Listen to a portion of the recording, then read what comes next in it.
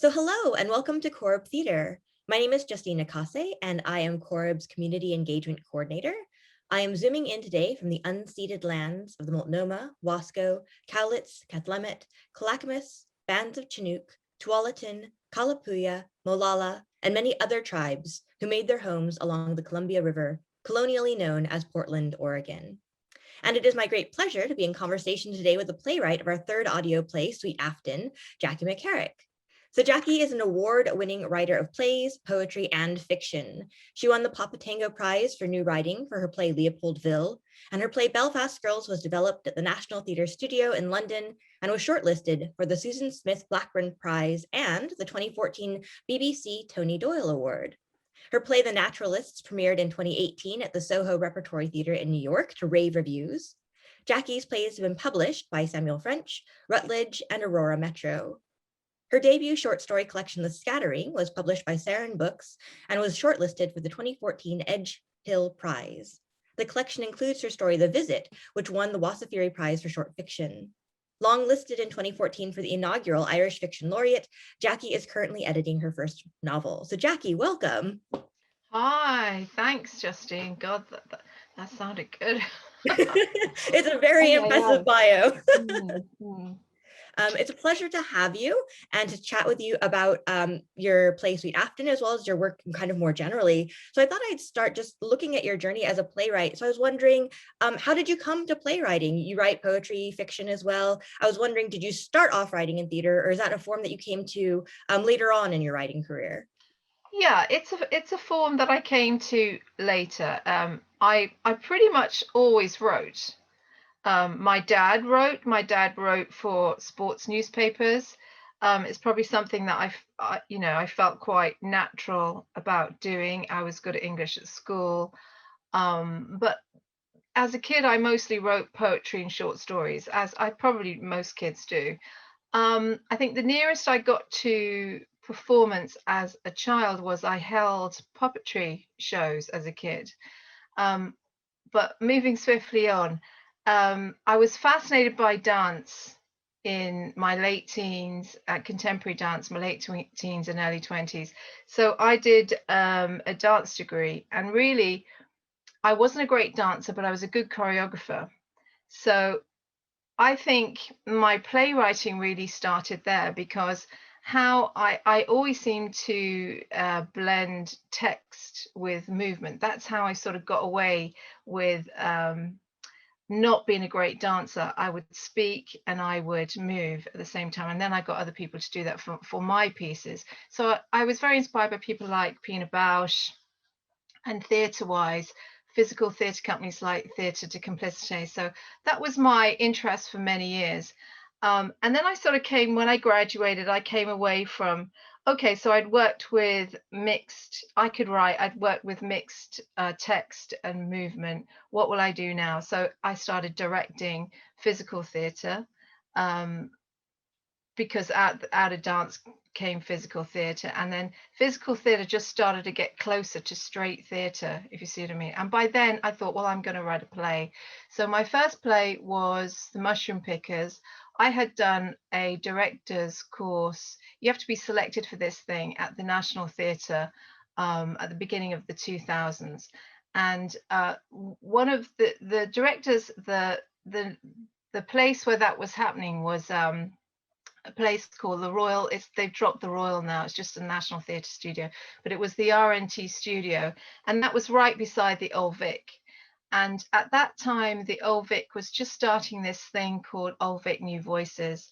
And Kate Pakenham, who ran that, was asking for she got in touch with the new sort of group of directors who were on that course that year, and she says roughly about 2002, and she said, have any of you got anything that you'd like to present? And I thought, well, I'd like to present this thing that I'd been working on myself, which is a very sort of early version of my play, The Mushroom Pickers.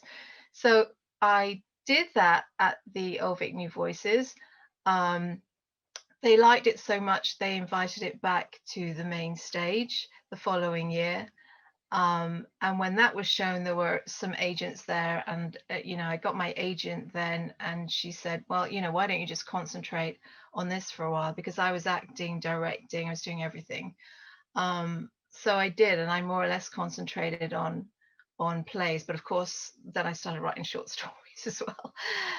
But anyway, so that's it. That's the journey. It was sort of started from dance to theatre, um, and then theatre into writing for theatre. So it when I look back, it makes a perfect sense, this circuitous journey, that I start out writing and think I'm going into dance, but I end up writing. So it makes perfect sense to me. But at the time, that took a while, that journey. That's absolutely fascinating. And I love this idea of the idea of the choreographer as a playwright in a way, or a Mm, writer in a way. And I think some of the most exciting work that's coming out of Ireland at the moment is actually dance and dance theater, yeah. for, a place that is so traditionally steeped in like kind of like the literary theater, to the extent that it's oftentimes like, bodies don't exist as much as like, right, the True. word. That's true. And actually, that sort of, how can I put this? A sort of battle has always existed, I think, in the Irish theatre world. There was the very literary scene, and then there were people who were grading against that, very aware of what's happening in Europe, and in the UK and with dance, etc. But that just not being, just big enough to break through in Ireland, although, yes, it is now. Um, but I also think that you can be both. You can be very literary and very hidden in your literature can be choreography. I really think that one of the PhD that I was going to do, and I never did this, because I'm working on a different PhD, but a PhD I was going to do many years ago was looking at the dance possibilities in Beckett's writing, because I feel Beckett was, almost like what I'm talking about, almost like a writing choreographer. He had very great sense of shape and repetition, all those things that are in a choreographer's brain, were in Beckett's brain. So, I find that very fascinating. But so those two forces are in Ireland, and they do, maybe they've reconciled now, but for a long time, I think those things were grating against each other a lot. Yeah. Absolutely. And I think you might have given some young grad student an idea for a project to go off and Yeah, do. hopefully. In fact, So I would love myself to get back. I keep meaning to do something like this. I would love myself to take some time out and return to something more choreographic, and just sit in a studio and see what comes up. Um, that hasn't happened, but it's something that I would love to do in the future. Well, it's interesting because you have such an information background of movement and dance and bodies and space.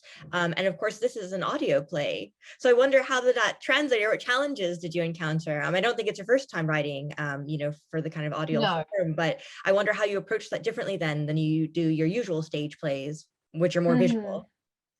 It's the form is not wasn't the challenge really to me. The challenge was the length.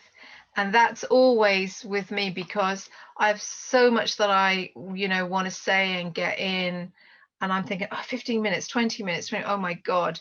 So my thoughts are definitely, I know I like the big scale of things. I'm just dramatic. That's what I like. I like the big thing.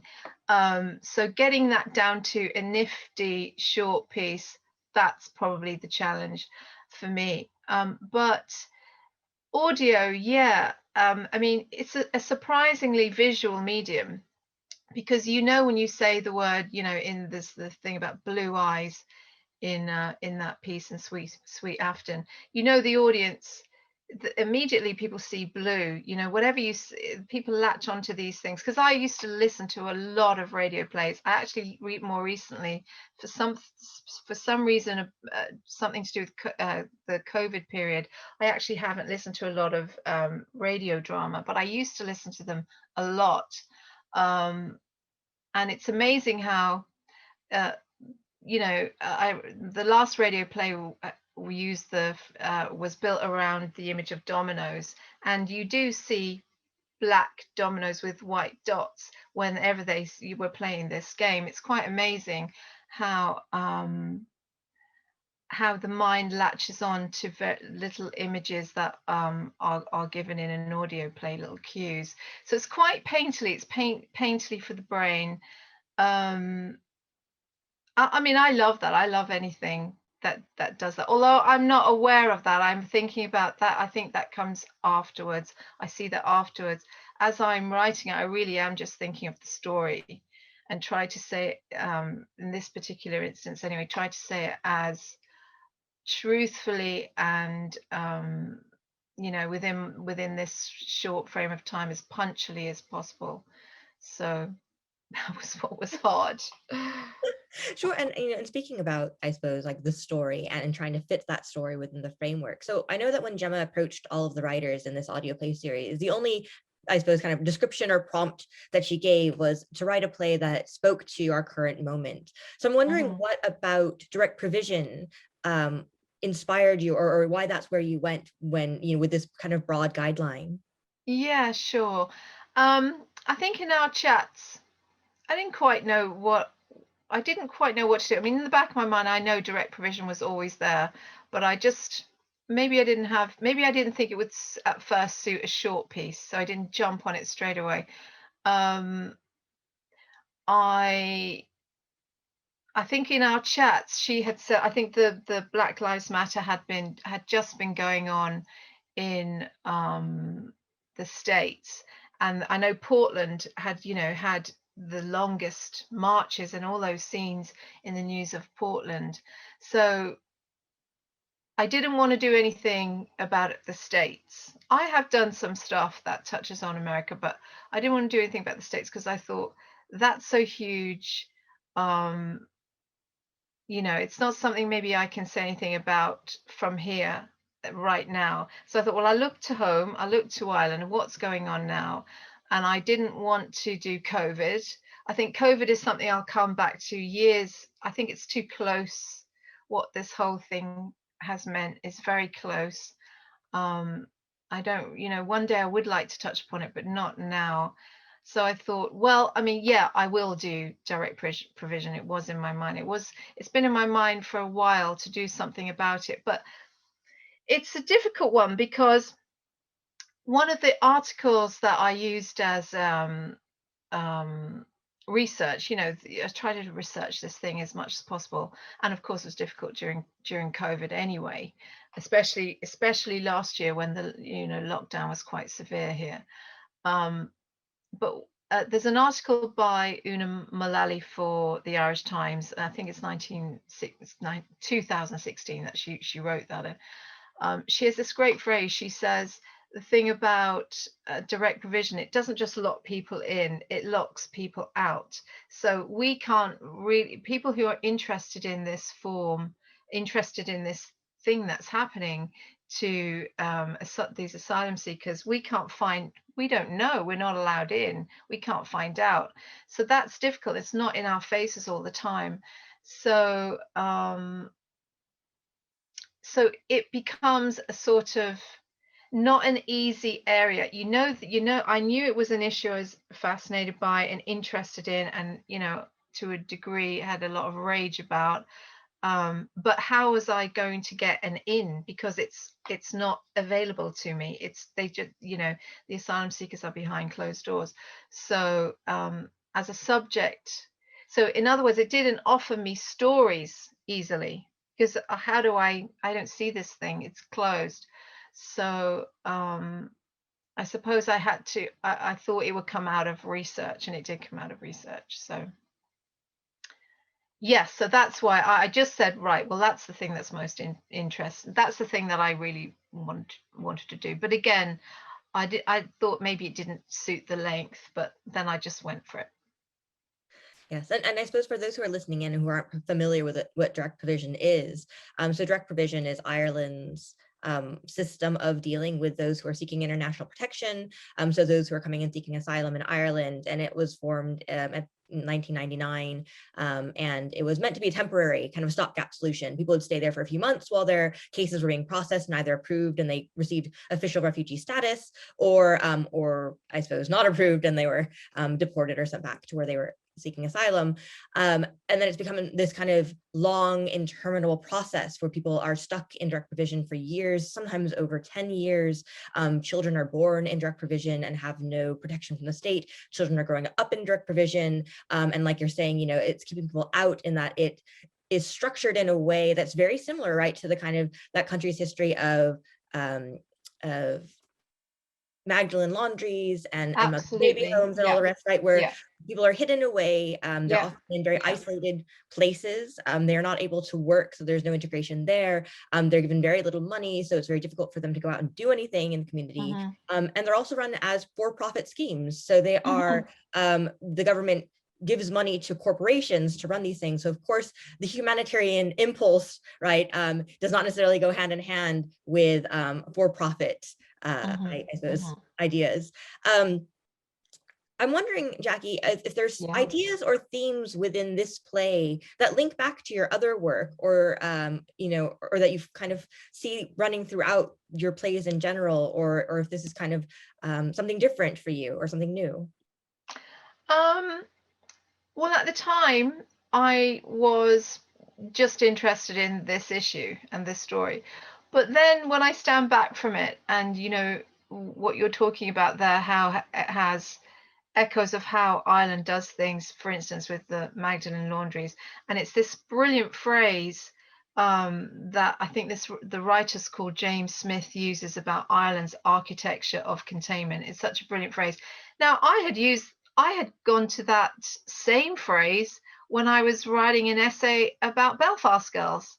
So it must be something that, just is really annoying me about how these things are dealt with in this country. So, you know, firstly, it's if you sort of think about it quite deeply, it's sort of, I mean, Sweden's way of doing it, and I know I say that in the piece. I think Sweden's way of dealing with, they don't, obviously asylum seekers, people say the correct term should be, people seeking international protection and not asylum seekers, but that's what we say. But let's just call them asylum seekers. Apparently, Sweden, which I think is best practice, you arrive at the airport and the Swedish authorities will say to people, leaving a war or whatever reasons they have arrived in Sweden, well, what do you want to do? Do you want this? Do you want to head into employment? Do you want to start a business? What are your skills? I mean, it's so logical, to these people aren't monsters. They're human beings, and they have a lot to offer society. So it just really, really freaks me out, and it really, really annoys me that it's presumed that this lack of openness, that's what annoys me the most. I think this lack of openness and this lack of willing just to engage with people on a very modern human level just drives me mad. So I think that has to be done away with. That impulse to behave that way just has to stop. Okay, I mean, the argument is always the sort of from the right wing, oh, you're letting in terrorists and all this kind of thing. But that just has mostly proven to be complete rubbish. So that, the lack of openness is something that I think really needs to be addressed. And actually, I do think it's going to change. The all the noises I've heard on the ground and the different people that I got to, because that has been some of my research, was to get people in the know, shall we say, to complete some questionnaires for me. It does seem to be a system that's definitely going to go. There's been enough campaigning against it to stop stop it, and I think it will end in the next few years. But it's made some people very rich, and that's also very annoying. I mean, it's completely unpalatable to see that, that people have. I know that's a line in Sweet Afton, that have got themselves into the rich list on, to me, the back of misery. That just drives me mad. But yeah, yeah, Yeah, and I think what's so interesting as well is the way in which this piece speaks so clearly to the two previous audio plays as well, in the different ways you were mentioning. Yeah, James Smith's wonderful phrase, architecture of containment, yeah, and this kind of cultural way in which marginalized communities are treated in Ireland, and are constantly kind of being pushed aside. So whether you're a traveler, whether you're Black and Irish, whether you are, a migrant or asylum seeker, right? The ways in which you're kind of contained within yes, spaces. I think it's a really yes, interesting thread that goes throughout this whole kind of series, in very unanticipated ways. Like, you were not in yes, conversation at all with any of the other playwrights. yes. Well, maybe it exposes something. I mean, maybe it exposes something about, um, I mean, what is that? To hide, if there's a problem, to put it in a box and close the box. What's that impulse? You know, why not? If there's something you want to deal with it openly, open up. I mean, maybe it's to do with, it's a cultural thing in Ireland. Maybe it's to do with colonialism and then Catholicism. I often think that this whole period that De Valera was in power, so many and all the various darknesses are coming forward now. We all know, we've all read about them, and we know about them. But were they trying to create, a kind of society that the international community would look at and think was wonderful, and any problems that came up, they were just hiding them, just hide, hide, hide? I think that's come up a lot in different areas, and that's just got to stop, because that just causes more problems, and it's total bullshit. It just really has to stop. Um so yeah, and that's such a brilliant phrase of James Smith, because it's so common in Irish history, in the past couple of 100 years anyway. Yeah. I love this idea that you're bringing up about, like, what will the neighbors say, right? The international Yeah. reputation of people Yeah. living in Ireland, and kind of, as you're mentioning, kind of since the 1930s, and going Yeah. forward, the shaping of the country in ways that is presentable, respectable. Yeah. And I'm wondering how that reflects, I suppose, in the reception of your work, because you produced your work internationally and it's traveled around. And I'm wondering, have you noticed different responses to your work, within Ireland, outside of Ireland, in different places? And how does that translate culturally, or how is the reception different in different locations? In different locations. Well, I personally think I've got a strange relationship with Ireland. My parents were Irish, moved to London. I came back here. I came back to do my MPhil at Trinity in 2004, 2005. And I really loved being here, and I made some good friends, and I really loved being here. And I spent some time with my dad. My dad was still alive then. It was great. I loved being here. And I thought, well, maybe I'll move back. So I did. I moved back 2007, 2008. Um, and my dad died a few years later, but I stayed, and I mostly have very much enjoyed being here, and I've created some peace for myself that I've been able to write and so on. But I kept all my London contacts, and I was in London a lot, and if my plays were on, they were usually on in London. So really, whether it's my fault or Ireland's fault, or a little bit of both, I didn't. But I wasn't particularly well placed to, because I didn't know many people when I came back. I wasn't particularly well placed to nurture relationships, if you see what I mean. So things were sent. I sent a script of, Belfast Girls, the published text, to the Abbey when it was the last artistic directors. I don't know, the two guys that were there, and I never really heard back from them. So I just think, well, I mean, what can I do? I sort of maintain my relationship with the UK. Slowly it's getting better. I am meeting more people. It's taken a few years. Um, but and my local area actually has been very good. My local theatre has been brilliant. Paul Hayes at the Torn Theatre has been really supportive. And he did get a staged reading of Belfast Girls at the Lyric, and that just needed for that to happen. That would have needed some funding in place, and that funding didn't end up being in place. So it almost was at the Lyric, and then it still, I suppose, could be. But I still nurture those London relationships because they're the people that I knew and trained with and did work with. So, but yeah, I would love to have more stuff on in Ireland, but for some reason that hasn't really happened. With regards to the international community, to be quite honest, um, the reception to my work in all these different countries has been mostly the same, which has been the wonderful and surprising thing, is that the responses, the laughs are always in the same places. The crying, everything is always in the same place, which sort of does tell you something about human beings, that we're pretty much the same everywhere. Um, and it is bizarre because in Sweden, uh, when it was on in Sweden, the theatre company that produced it there had uncovered.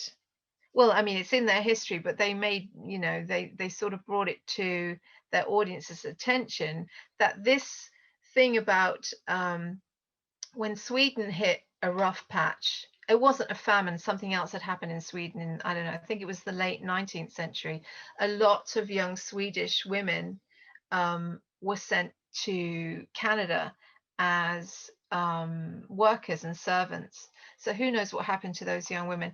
So it touched on histories of different places as well. Of course, Australia really, really liked the play as well. And in America, because America understands emigration and immigration and sort of and that not just Irish communities. I mean, the play was on in Kansas City, Missouri, and I don't think anybody there was Irish. So um, it's just chimed with a lot of people on the, I suppose, on the feminist front, on the female, the fact that it's an all-female story, on the emigration thing.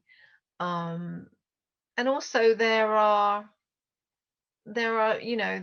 an allegorical thing in there that I put in about people fighting a system. For me it was the banking crisis in Ireland in 2008, which I was also very angry about. But people have seen different things in that sort of allegorical component, in that they, they're presenting their story, different theatre companies presenting their story. um they know, oh, how can I put this? I don't my The allegory in Belfast Girls about the banking crisis in Ireland is not obvious. So, but people know there's something there. So, with the different theatre companies that have staged it, um, I've often noticed that the theatre company will sort of use that as the how can I put this? The the story that they're telling is definitely against the system in some way, and they just have chosen their own reasons in rehearsals for why that is, which is lovely to see. But it creates an energy, and it's always the same energy, which is just fantastic to see. So I've seen some of the productions, not all, and they've all been great. I've loved them all, including especially Gemma's. Yes, I was going to say, we'll be remiss if we don't mention, of course, that Corrib produced Belfast Girls back in 2017, I believe. Yeah, I never know if it's 2017, 2018. It's 2017, yeah. And I love that there's that kind of that reflexivity, right, that's built in, that you were thinking about something particular, but that it speaks to something universal and that people can find their own iterations, yet it Yes, resonates in a very different way, yes. but along the lines of what you're intending. It also sounds very much like maybe ways that you You said see. that much better than me, Justine, and much more quickly as well. Anyway, carry on. So, Oh no, I was gonna say that I think it's great that it sounds like one of your inspiration pieces is just what's angering you at any given moment. yeah, I think rage is useful because I don't think too much rage is good because it'll cloud the clarity. It's not overly useful, but it is useful because it is telling your it is telling you, the artist or the writer, that it's hitting nerves in your system, and it is telling you, the artist, right, this has got to be addressed. It gives it some urgency, and I do think this. I think the to put pen to paper and to create something huge that's going to take like 6 months research, a lot of work, 100 drafts, lots of rejection, um, people battling you in rehearsals. Oh, that's not going to work. That's not going to work. This kind of thing. To set about that journey, it has to be it has to be fired up from somewhere.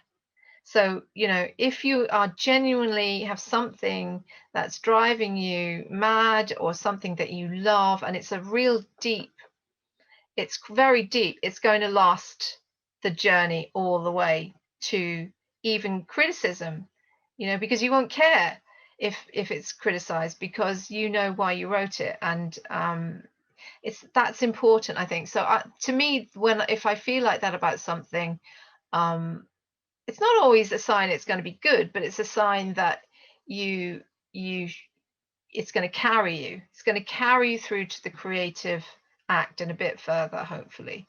So yeah. Well, that's such a brilliant segue, I think, to my last question, to kind of bring this wonderful conversation to a close. And thank you so much. It's been fascinating and very exciting to listen to, your perspective and your process. But, Sweet Afton's quite a political piece, right? That is very Hmm. directly critiquing direct provision and the systems that uphold that. So I was wondering, you were talking about how it sounds like we're moving away from that. And I'm wondering, what do you hope to see as far as, Ireland and direct provision going forward? And what do you hope people take away from your play, I suppose, as a piece? Um, that's actually quite a big question. When I did finally move to Ireland, in the two it was actually before the last big recession. I was so very, very positive about Ireland. I was very hopeful, and I was in love with everything, you know radio stations, television, everything. I just thought, oh my God, such a great modern country. And I would tell people, I think Ireland's going to be the new Denmark. I thought it really was very modern in its vision. And I think something changed. So I do not see why that can't be grabbed back, and Ireland take something from the Swedish model, and just when people arrive, find out who they are and what do they want, and don't make it a wealth model for some people.